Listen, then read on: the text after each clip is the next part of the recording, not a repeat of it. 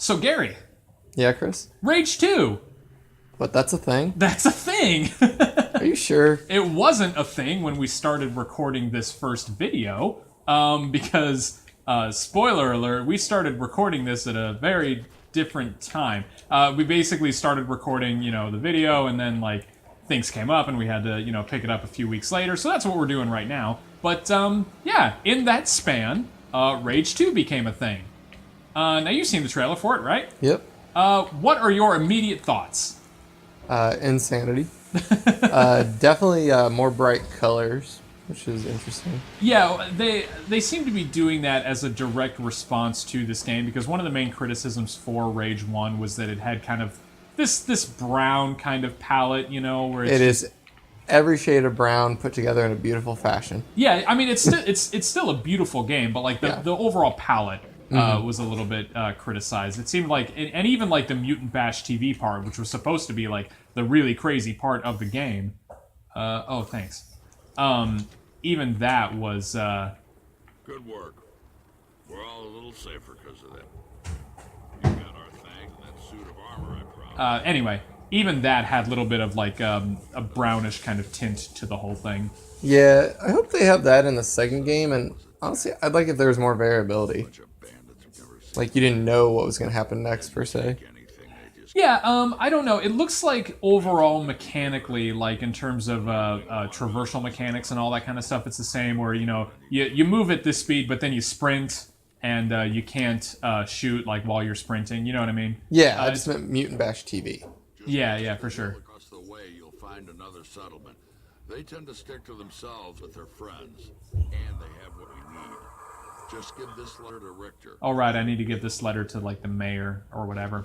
But yeah, I'm pretty stoked for Rage 2. But I'm just kind of skeptical. I feel like it is easy to go a little bit too far into the non-stop crazy insanity, and I feel like a good example of that was the Saints Row franchise. Yeah,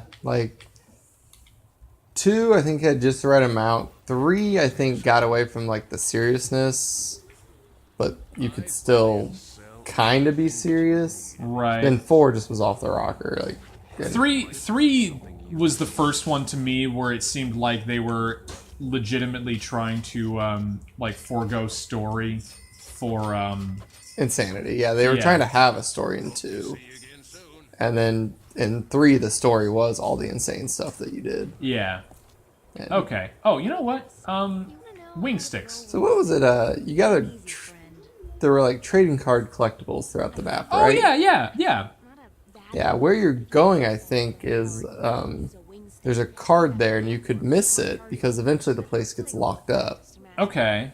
And you could jump it on the little quad that you have there, and there's a rescue, if your car breaks down or something, you can call, and that was how you glitched to get the card if you missed it. That sounds... Because I remember I had to do it to get the achievement. Okay.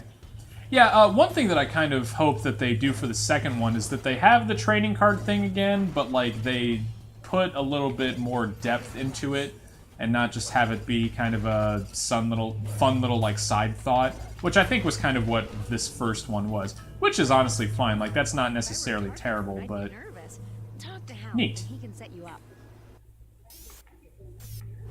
Okay, cool. So now I have wing sticks. And remember, folks, in a post-apocalyptic future, women wear less clothing. Yeah, for sure. Now, in fairness, some of the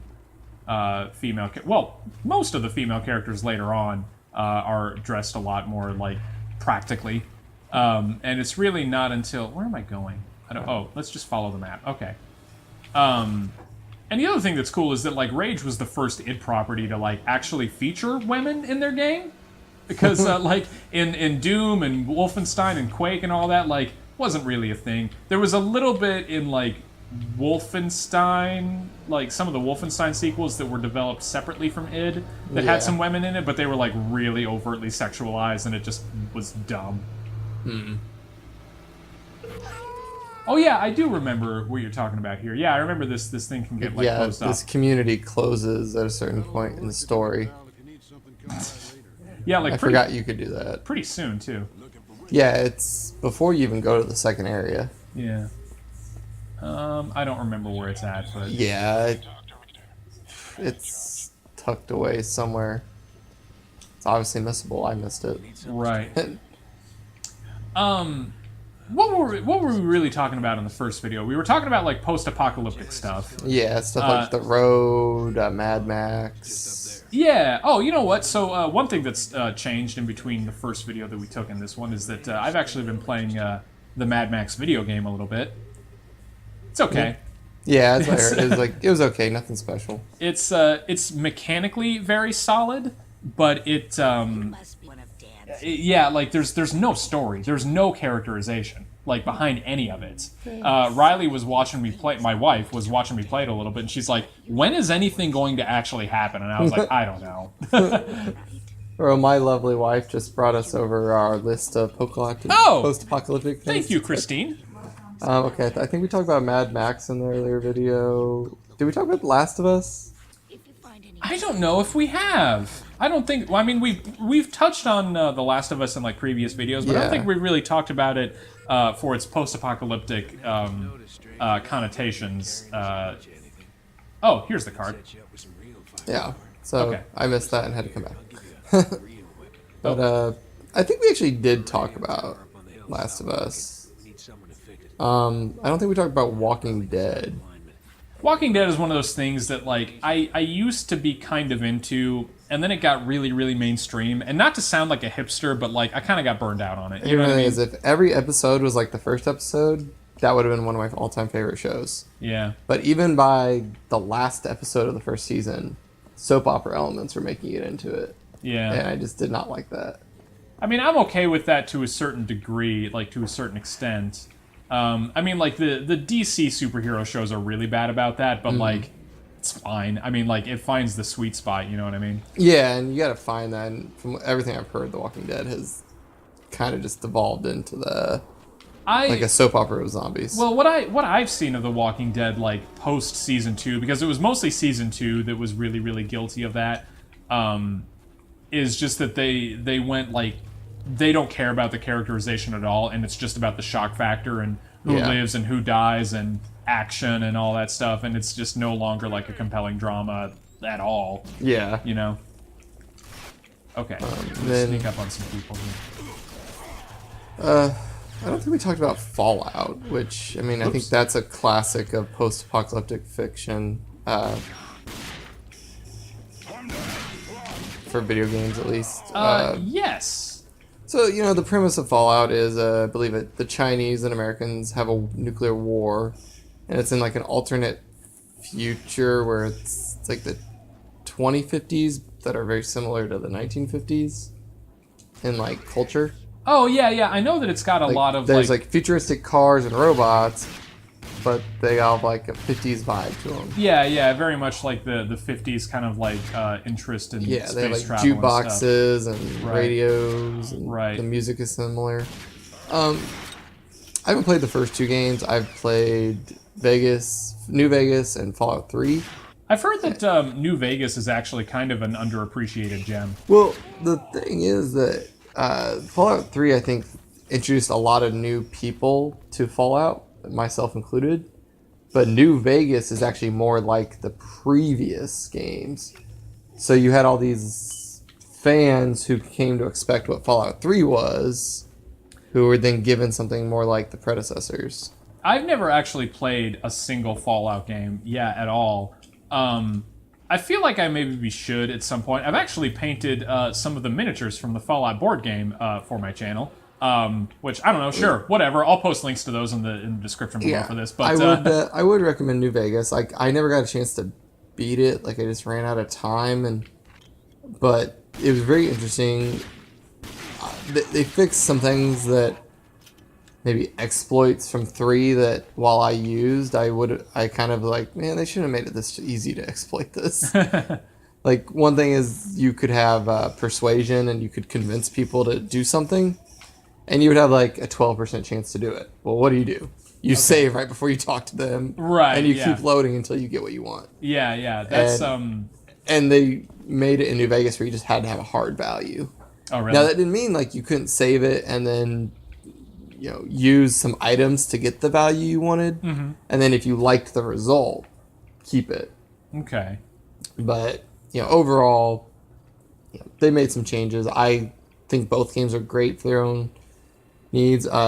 There's some really funny stuff in Fallout 3, especially.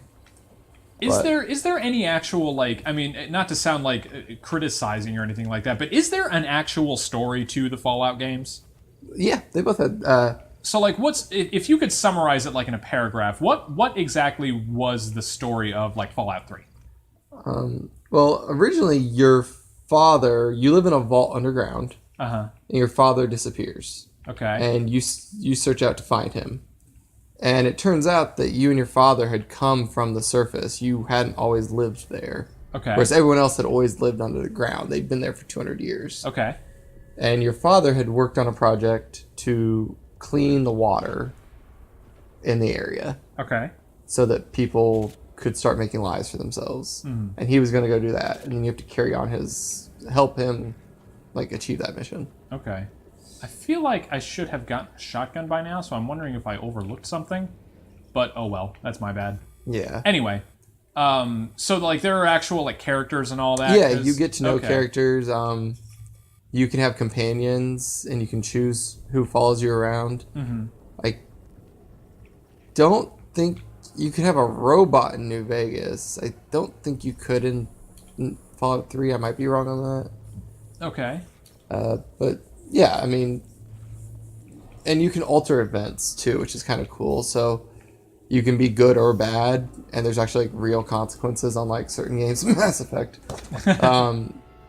where you can blow up a town in Fallout 3. Did I just completely I think I completely circumvented something. Like, I need the drilling thingy. Oh, grindable lock. Yeah. And Can you blow up that tank? No. I definitely need the lock grinder in order to get through there. I thought there was maybe one in here, but apparently not. Yeah, maybe I need to actually look at my objectives and quests right now. You have to go to the radio tower, but that's where you're headed. That's where you are. No, I'm in a different place right now. Okay. Oh, I thought you were on the lower level of the radio tower. Wait, maybe no, because there it was just telling me that I was in the wasted garage. That's the loading place. That I was just at. Yeah. Oh man, I gotta actually pay attention to this. It's been it's been a long time since I played this. Yeah. So I mean, those are the big bullet points I think that we really need to cover. There's other post-apocalyptic fiction, but I don't think anything truly transcendent. I mean, overall, the genre hasn't done anything revolutionary since probably Mad Max. Yeah. Well, I mean, Mad Max Fury Road, as we've we discussed that a little bit in the. Well, I mean, yeah. I mean, while that was a transcendent movie, here's where I need to go. It's still just the world's ended and chaos reigns supreme. Yeah. I mean, the setting is very much just it's a dystopian future. But what makes Mad Max good is its characterization. And, exactly. What the characters the actually things that make do. any good film. Yeah. Okay, here's where I need to go. And I think one of the things, I think the road was so popular because they showed these things happening almost to a child. Yeah. It was somewhat unique in that regards. Dude, he's just trying to feed his mutant family. Hey, buddy. Not your buddy, pal. Not your pal, friend. Not your friend, buddy. Okay. Did you even hit him? I think so. I don't know. You did. Whatever. Can you tell I'm good at this? Oh man. Yeah, for one thing, I'm playing with an Xbox controller, which I have not used in forever. I also have not played this game in forever. And I've kind of got the Doom kind of movement base in my head right now, which is very much the just always moving at top speed, not having to aim down sights and all that. So I've got a different kind of mindset going on for this game right now. Here we go. Yeah, there we go.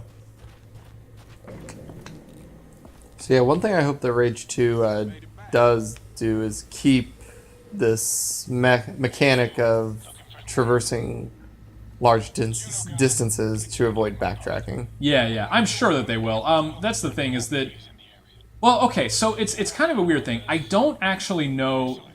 Rage 2 is being co-developed by Avalanche and id. So I don't know who's doing all of the level design. You know, it could be either of them. If it's id, they're really good at level design. They always have been. So if they're doing... See Janet. She's waiting to hear what you found.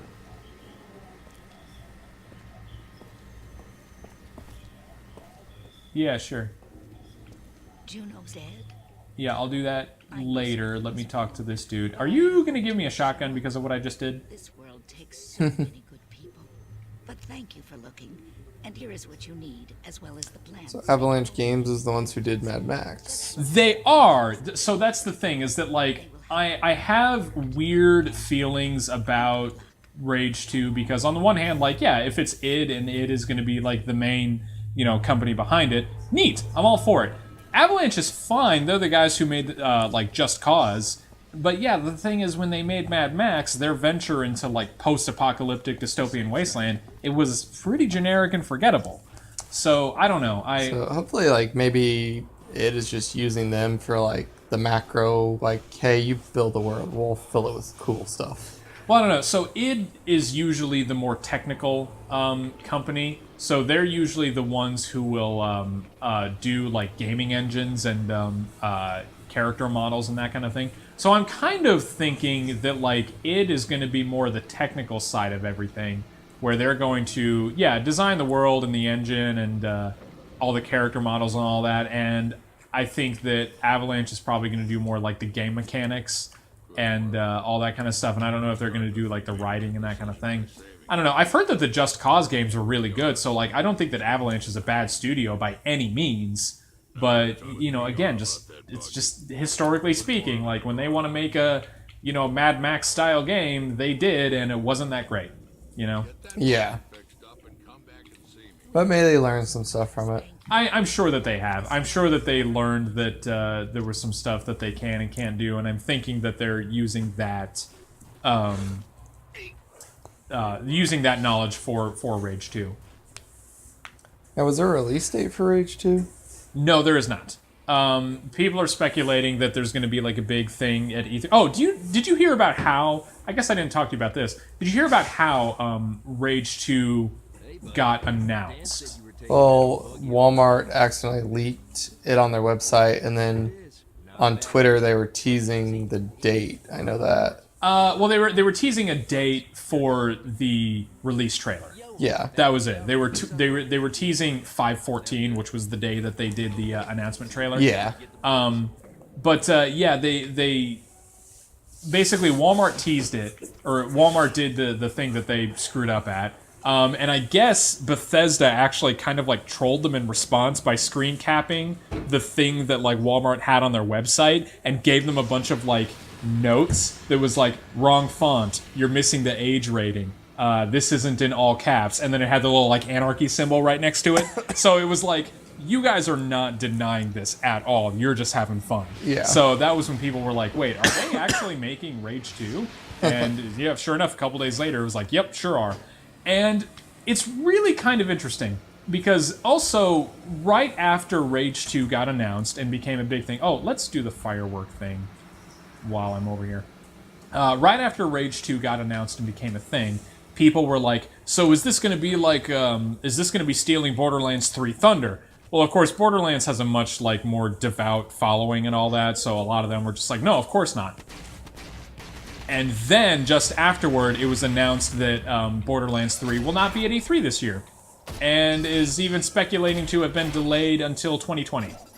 Wow. So I'm wondering, like, do you think that maybe, like, one of the reasons why Bethesda did it was because they wanted to directly compete with Borderlands, and they were like, if we announce this first and show off what we've got, then people are going to get more stoked for this than they will for Borderlands. Yeah. You know, I don't know. Here we go. This is what I was doing. Okay, and I think that's going to wake up some mutants. Sure enough. Yep. Very quickly. Oh. Dang it, I am way out of shape for this game mechanically. Haha. Just trying to feed his mutant family. Like, do you I have hear to you. stick around, or What? What the heck? Oh, there you are. Okay. Oh, dang it.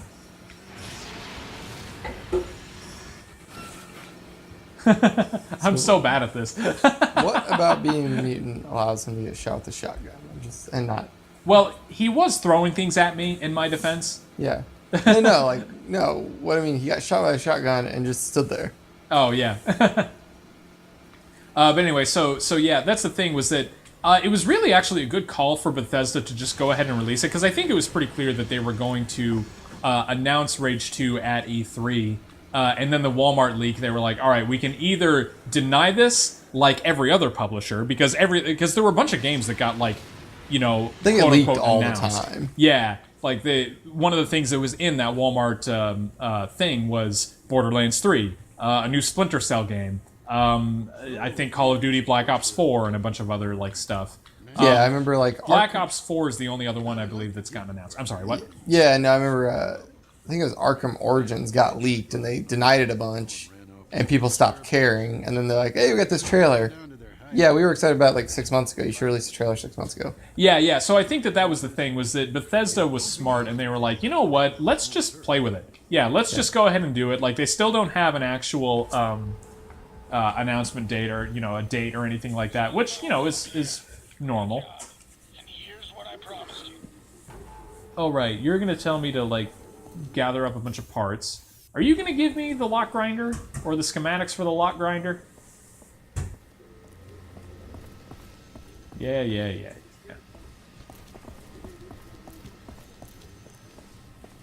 This whole area. Okay. He mentions this like so matter of factly. Yeah.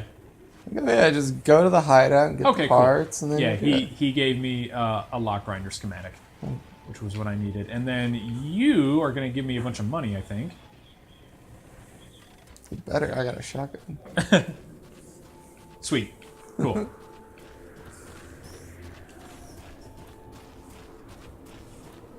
And you did the thing there. Oh, I think, actually... Yeah, I've done everything that I need around here. So at this point now, yes, I do actually need to go to that garage. Okay. I was just circumventing things really bad. Okay. How dare you? I know. I'm the worst. Oh, am I stuck? I might be stuck.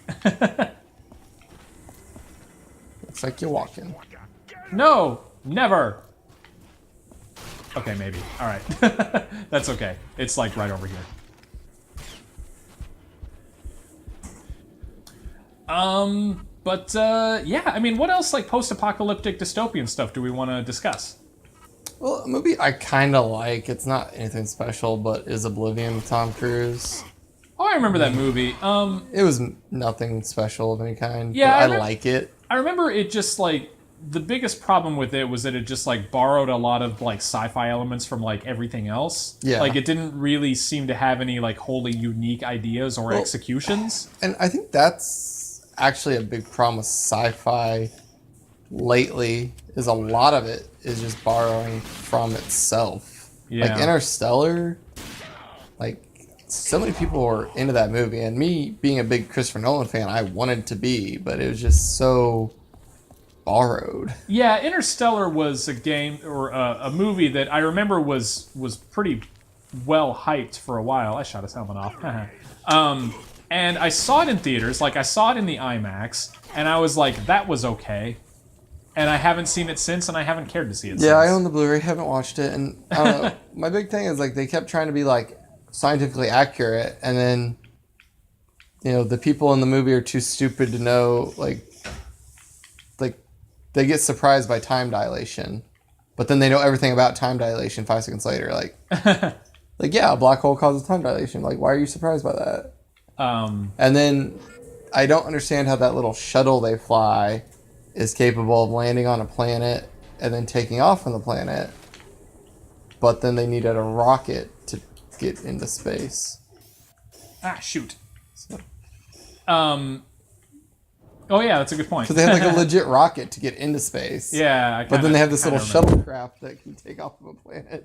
Yeah, I kind of remember that, but it's been so long I barely remember. Anyway. Yeah, and then That's the thing. Like Interstellar is a good example of when you want to do like science fiction, you can get too caught up in the science and that like to the point where you're not actually telling a compelling story, and it's way too like filled with technical jargon and all that to where yeah, it's scientific, but again, that's just way more science, not as much fiction, and I don't know, like it just didn't work for me. yeah, just do what Star Trek did and be like, we're reversing the polarity. Brilliant. This is the solution to every problem. No, boy, this is crazy. Ah, there we go. That's what I needed. There we go. All right, cool.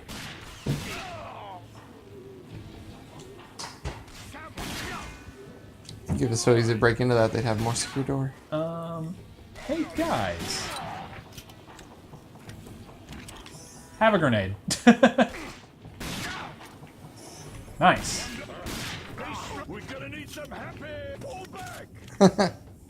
Okay. Let's see here. Let's just use some. Oh, hey, buddy. I do like the dialogue they have. Hey, over there. There we go. I gotta get used to the different weapon selection controls too. Send in the others. Let's get out of here. Haha. He's too tough. Nice helmet.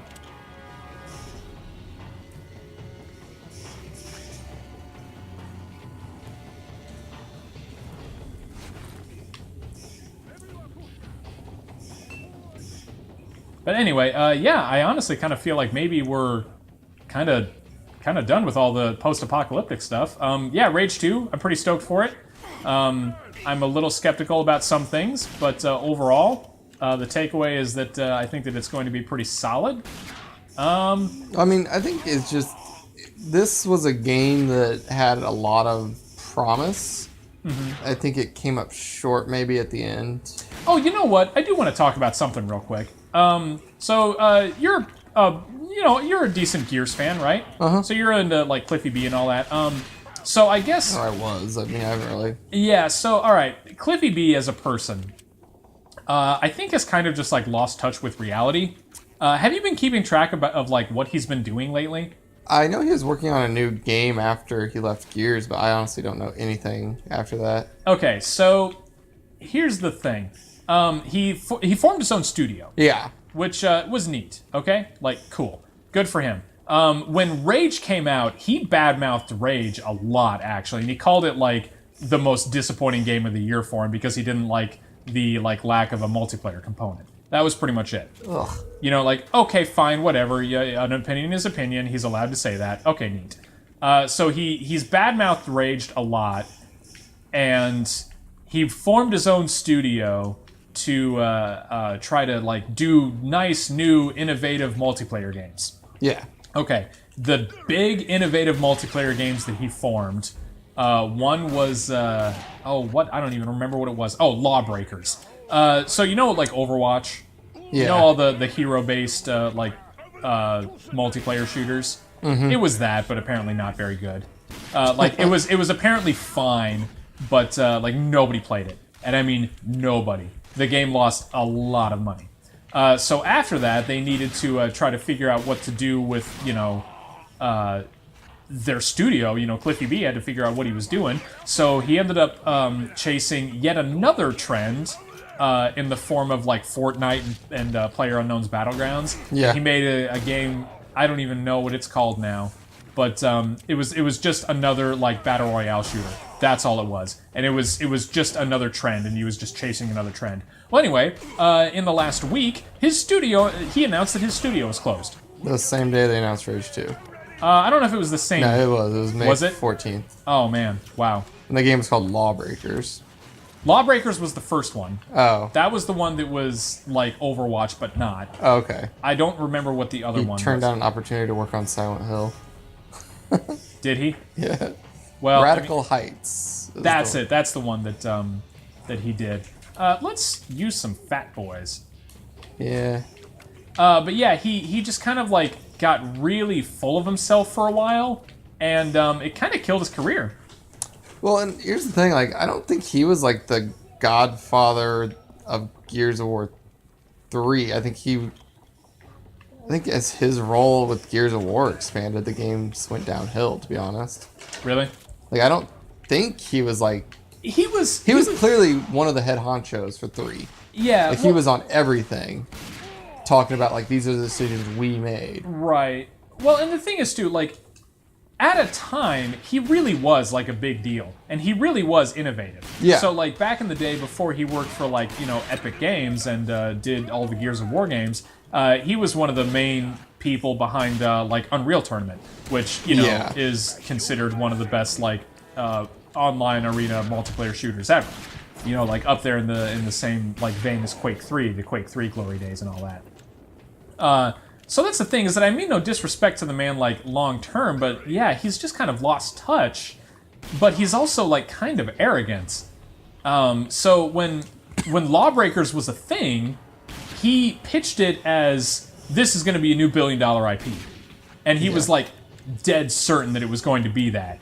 And then nobody played it. He marketed it, or, like, he wanted to try to sell it, like, in all these interviews, as, like, a hardcore shooter only for hardcore players that, you know... That's not how you make a billion-dollar IP, though. The reason Halo was successful is because it appealed to everybody. Right. To a lesser extent, I think, you know, there was some surprise that Gears of War never became as big as Halo. And I think because it doesn't have that same mass appeal. You know, like the Space Marine fighting aliens has a very easy to grasp appeal. Well, it's not even that. Like, I think that in terms of... So one of the reasons why Call of Duty... We talked about this in, like, the shooter video, actually. One of the reasons why Call of Duty really fell out of touch was because every game they were upping the ante with, like, more and more mechanical and technical, you know, variation. All sorts of, you know, crazy stuff was going on, all those wall jumps and stuff like that. And the thing was, if you weren't 100% up to date with, like, Call of Duty when a new Call of Duty game was made, like, you just couldn't get in there. Yeah. You could not find, you know, a place for you. And that's the thing, was that they learned that after time. They were like, we can't just keep doing the same, like, hardcore thing over and over again, because the only people who are staying are the hardcore, devoted Call of Duty fans, and they're dwindling. You know what I mean? Like, so they needed to appeal to people who maybe aren't hardcore gamers. And that was the problem that Cliffy B ran into with Lawbreakers. He was like, this is going to be a hardcore shooter for hardcore players, no wimpy players around here, it's going to be non-stop action. And so naturally, most people were like, I don't care about that. You know what I mean? The hardcore players already have games that they're into. Yeah. And they need their non-hardcore friends to be like, dude, check this out. You know, play with us. Yeah. So yeah, I don't Call of Duty understand learned... Sorry. Yeah, I don't understand why he would have that mindset, because I think him more than anybody should understand that. Yeah, I mean, Call of Duty learned that too with World War II. Like, when they made Call of Duty World War II, they were like, let's just go back to the core shooting mechanics. Long enough. Yeah. They got away from all the jetpacks and the wall jumping and all that nonsense. Yeah, because a lot of first-person shooters make it to where you feel like you're the player. You know, the first Modern Warfare did that. They talk to you, the player, like they don't identify what you look like. Yeah. So you're able to more easily pretend you're that guy. You're able to superimpose your personality. You know, they eventually gave him a face in the next game, but then they never show you what you look like in Modern Warfare 2. Right. And even though you're playing different players, you're able to, you know, pretend. That was the whole reason they never gave Master Chief a face. They never show his face, because they show it at the end of, like, 4, and I think that's kind of ironic. Do they? Yeah, because I didn't know that. it's like a special ending. Like, you have to beat it on, like, whatever their high difficulty is. And, Oh, really? but I think it's so significant because I think 4 is the last game that I would even call good in the Halo. Yeah, you've spoken pretty critically about, like, 5 the is Halo. horrible. Yeah, the Halo series. Like, 5 is just, like, bad game design, like, on so many levels. Yeah.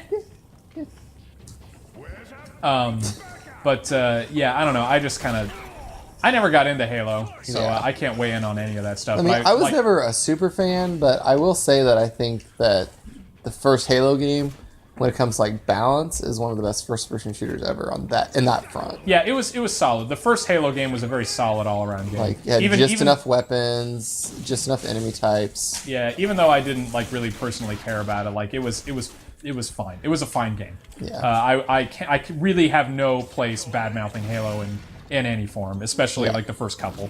But yeah, me as somebody who's played every Halo game except for ODST, Halo 5 stunk. Yeah. Reach is my favorite because it's got the most developed characters. Right. Yeah, you mentioned that. Yeah, but yeah, it's interesting. Like I kind of wonder, did Quake logo. did Bethesda get wind of when Cliffy B would be announcing that? I don't know, man. If they had like someone saying like, "Hey, Cliffy B's gonna be making an announcement on May 14th." Oh yeah, we're going to be also. I don't know. Well, I mean, he just made the announcement on like Twitter. You know what I mean? So I don't know. Hey, don't throw grenades at me. That's rude. No, but yeah, I do. And even if Oh shoot. poor sales don't necessarily mean a game's not good, but yeah, Yeah. I think he needs to go back to his roots, maybe. Yeah. Um, Well, he's just taking time off for a while, apparently. That's what he said, like in his like announcement tweet or whatever. yeah, I mean, I haven't played Gears of War 4, but from what I've heard, they could use some help on 5. Oh, I guess they are like that was another one of those games that like Walmart quote unquote leaked. You know, was Gears of War 5. Oh, yeah, I'm not. I mean, honestly, anybody who didn't see that one coming, Xbox is so desperate for titles. Any Microsoft-owned property is going to be churning out games at this point Yeah. if they're going to sell. Yeah, Microsoft is not doing very well video game Yeah, like, wise. at least- I mean, like as a company, they're fine, but You know, they're like the only people who really loved the Wii U because it kept them from being last. But now the Switch has them in third place. yeah. Oh yeah, the Switch was really like an overnight sensation. Yeah, I in a mean, lot of ways. Sony probably is like, are we going to stay top dogs? Or because the Switch really is. I don't think that anybody is really thinking that the Switch is over going to take PS4 sales, but they're no longer like, oh yeah, Nintendo, they're kind of a thing also. Yeah. Now Nintendo is like, oh yeah, they are a mainstream thing. Bethesda is even like supporting the Switch. You know, one thing that I was wondering about, but they didn't seem to indicate in any of the reveal trailers, was whether or not Rage 2 was going to be on the Switch. I don't think it is, unfortunately. But It if might just be too advanced. yeah, it's probably just going to be like too much of a big open world, and it's just going to be like too much processing power and all that. I don't know, but either way, you know, one thing that I was also hoping for, maybe they'll announce it at E3, is maybe Rage Remastered. You know, that has Yeah, like I all was the just- DLC and all that I stuff. was just thinking, like, maybe, you know, if the Switch couldn't handle Rage 2, maybe they could do a remaster just for Yeah. Switch fans. Yeah, I would buy a remastered Rage on the PS4 for like $30 if it had Yeah. like all the DLC and all that good stuff. Yeah, so, I mean, I do think it's sad that so many of the good quality games are remasters nowadays, but it also makes sense. Yeah. One thing, like, I still am waiting for a remaster of Ace Combat 4. That probably won't ever happen, but I dream. Because that's one of my all-time favorite games. Oh shoot. But, yeah, on the Rage front, I think, as I was saying earlier, I think it was a property that has so much potential, and I think they came up short somewhat in this game. Yeah, a little especially the end. The Yeah, third yeah. act kind of falls apart. Yeah, a little bit. The game definitely just And falls apart. maybe a little bit of the world building.